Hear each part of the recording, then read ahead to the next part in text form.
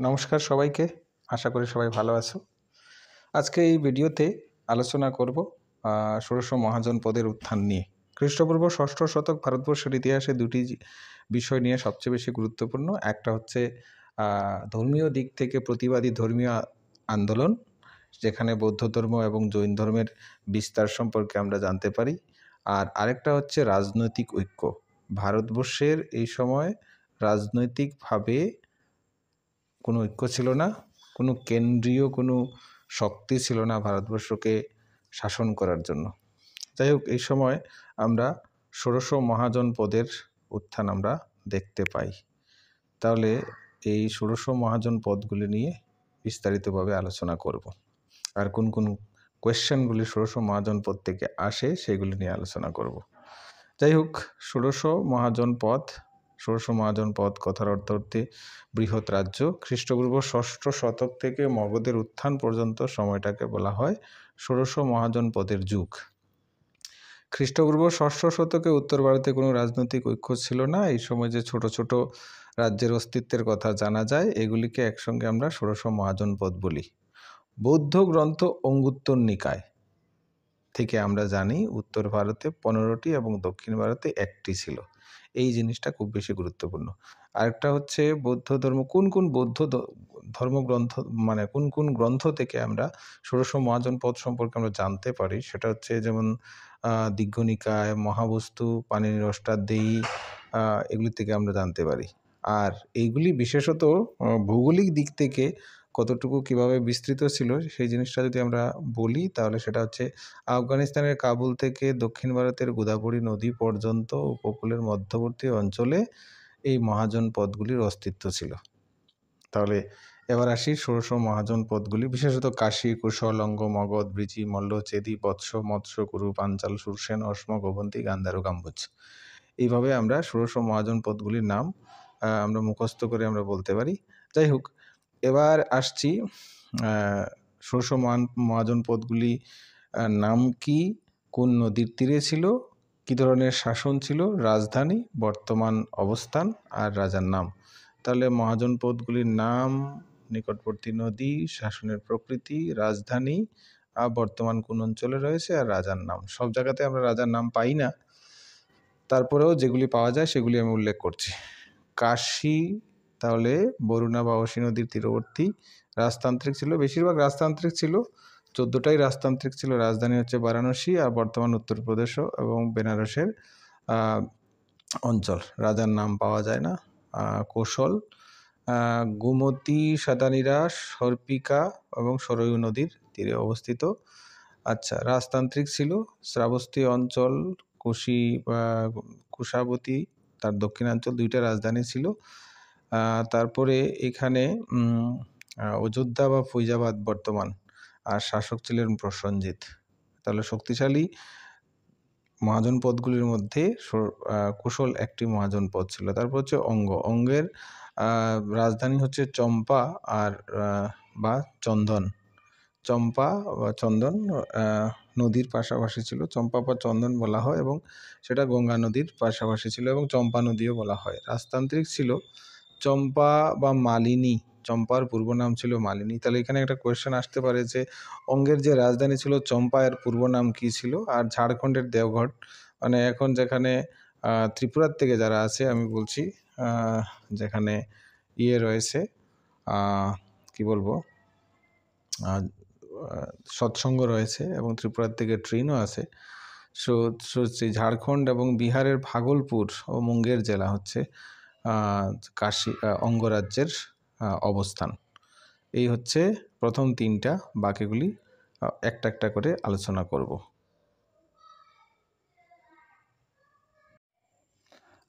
এরপরে রয়েছে অঙ্গের পরে রয়েছে মগধ। তো মগধ হচ্ছে ষোড়শ মহাজনপদগুলির মধ্যে সবচেয়ে গুরুত্বপূর্ণ। এই মগধ পরবর্তী সময়ে বৃহত্তর সাম্রাজ্য স্থাপন করেছিল।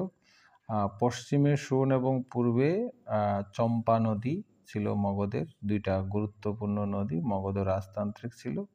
আর প্রথমে ছিল গিরিব্রজ, রাজগীর বা রাজগৃহ, বর্তমান বিহারে অবস্থিত, পরবর্তীকালে বৈশালী এবং পরে পাটলিপুত্র। তারপরে বিহারের গয়া এবং পাটনা জেলা হচ্ছে মগধের বর্তমান অবস্থান। মগধ সম্পর্কে বিস্তারিত আলোচনা করব। হরিয়ঙ্ক বংশ, তারপরে নন্দবংশ যেখানে শাসন করেছিল, এগুলি মগধের উত্থান সম্পর্কে পরবর্তী সময়ে আলোচনা করব। যাই হোক, তারপরে হচ্ছে ব্রিজি বা বজ্জি, গঙ্গা নদী। এখানে যেটা সবচেয়ে গুরুত্বপূর্ণ হচ্ছে মল্ল বা মালব এবং ব্রিজি, এই দুইটা হচ্ছে প্রজাতান্ত্রিক। মল্ল বা মালব এবং বজ্জি, এই দুইটা হচ্ছে প্রজাতান্ত্রিক। তাহলে এই প্রজাতান্ত্রিক, এখানে কোয়েশ্চেন আসে যে ষোড়শ মহাজন পদগুলির মধ্যে সবচেয়ে বেশি গুরুত্বপূর্ণ যেটা কোয়েশ্চেন, সেটা হচ্ছে কোন দুটি মহাজন পদ প্রজাতান্ত্রিক ছিল। রাজধানী হচ্ছে ব্রিজি বা বজ্জির রাজধানী বৈশালী, বর্তমান বিহারের মুজফ্ফরপুর, এবং চেতক ছিলেন তার শাসক। মল্ল তো আগেই বললাম প্রজাতান্ত্রিক ছিল। কুশীনগর বা পাবা, যেখানে মহাবীরের জন্য খুব বেশি গুরুত্বপূর্ণ।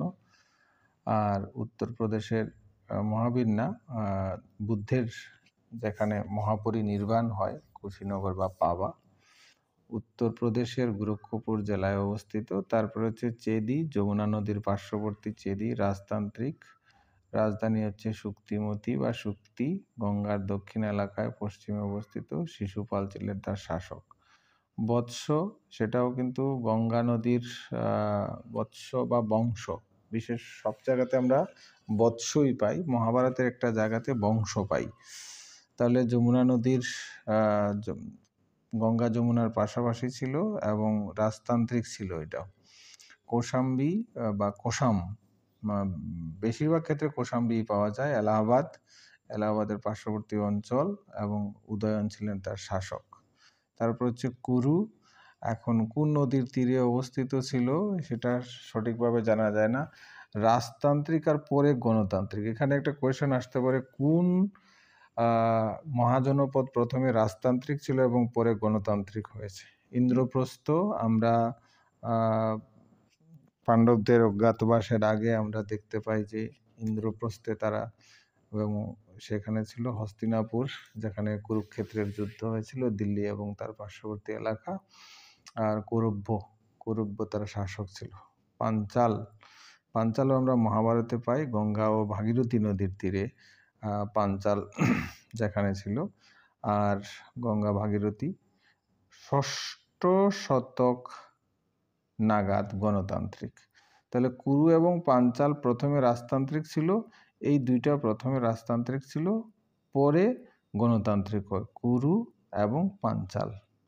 এই জিনিসগুলো নোট করবে। আর বজি বা বৃজ্জি প্রথম থেকেই প্রজাতান্ত্রিক ছিল। উত্তর ভারতে অহিচ্ছত্র আর কাম্পিল্য। উত্তরপ্রদেশের বেরিলি, বদায়ুন ও ফারাক্কাবাদ অঞ্চল, আর রাজার নাম তো আমরা পাই না। মৎস্য, চম্বল ও সরস্বতী রাজতান্ত্রিক ছিল। বিরাটনগর বা বৈরাট, রাজস্থানের জয়পুর, এই অঞ্চলে ছিল। বিরাট বা বৈরাট তার প্রতিষ্ঠাতা ছিলেন। সুরসেন হচ্ছে যমুনা নদীর পাশাপাশি, এটা রাজতান্ত্রিক। মথুরা যমুনা নদীর তীরবর্তী। আর অবন্তিপুর, এটা মোটামুটি ভাবে নোট করে নাও।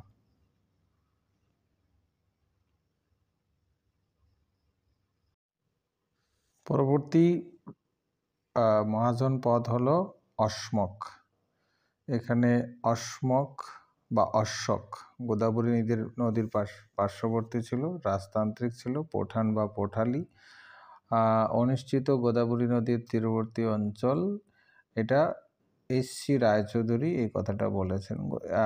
অশ্মকের এমন একটা গুরুত্ব নেই, অরুণ বা চুল্লিকালিঙ্গ জাতকে তার সম্পর্কে জানা যায়, শাসক ছিলেন। তারপরে হচ্ছে অবন্তী হচ্ছে বেত্রবতী নদীর পাশাপাশি, রাজতান্ত্রিক। উত্তরাংশে ছিল উজ্জয়িনী, দক্ষিণাংশে ছিল মহিষ্মতি। মোটামুটি একটু দেখে যেতে পারো, মহাভারতে মানে মধ্য ভারতের বিন্ধ্য পর্বতের উত্তর ও দক্ষিণ মধ্যপ্রদেশের উজ্জয়িনী ও বিদিশা, এইখানে এই অবন্তী রাজ্যটা একমাত্র রাজ্য যেটা দক্ষিণ ভারতে ছিল, তাহলে এর জন্যই অবন্তীর গুরুত্বটা বেশি। আর চণ্ডপদ্যুৎ মহাসেন ছিলেন তার শাসক। গান্ধার সিন্ধু নদ রাজতান্ত্রিক ছিল। তক্ষশিলা পাকিস্তানের পেশোয়া রাওয়ালপিন্ডি, মানে এখানে কোয়েশ্চেন আসতে পারে যে পাকিস্তানে রয়েছে এমন মহাজনপদ কোনটা হতে পারে, তাহলে পাকিস্তানের পেশোয়া রাওয়ালপিন্ডি এবং কাশ্মীর উপত্যকা। আর পুষ্করাশনী বা পুক্কসতী তার শাসক ছিলেন। তারপরে শেষ হচ্ছে কম্বুজ রাজতান্ত্রিক ছিল। রাজপুত আর রাজপুর ছিল তার রাজধানী। ভারতের উত্তর পূর্ব গান্ধার অঞ্চল এবং পাকিস্তানের হাজরা জেলা, তাহলে পাকিস্তানে আমরা এই দুইটা পাই, একটা হচ্ছে গান্ধার আর আরেকটা হচ্ছে কম্বুজ। আর দক্ষিণ ভারতে আমরা পাই অবন্তী। এই হচ্ছে ষোড়শ মহাজনপদ নিয়ে মোটামুটি এখান থেকে যে কোয়েশ্চেনগুলি আসতে পারে মোটামুটি আমি দিয়ে দেওয়ার চেষ্টা করেছি। একবার দেখে নিলে যেখানে যেখানে গুরুত্ব দিতে বলেছি গুরুত্ব দিলে মোটামুটি হয়ে যাবে। নমস্কার, সবাই ভালো থাকবে। আর ভিডিওগুলি দ্বারা উপকৃত হলে অবশ্যই লাইক করবে, শেয়ার করবে আর সাবস্ক্রাইব করবে। আর শেয়ার তাদের জন্য করবে যারা পরীক্ষার্থী।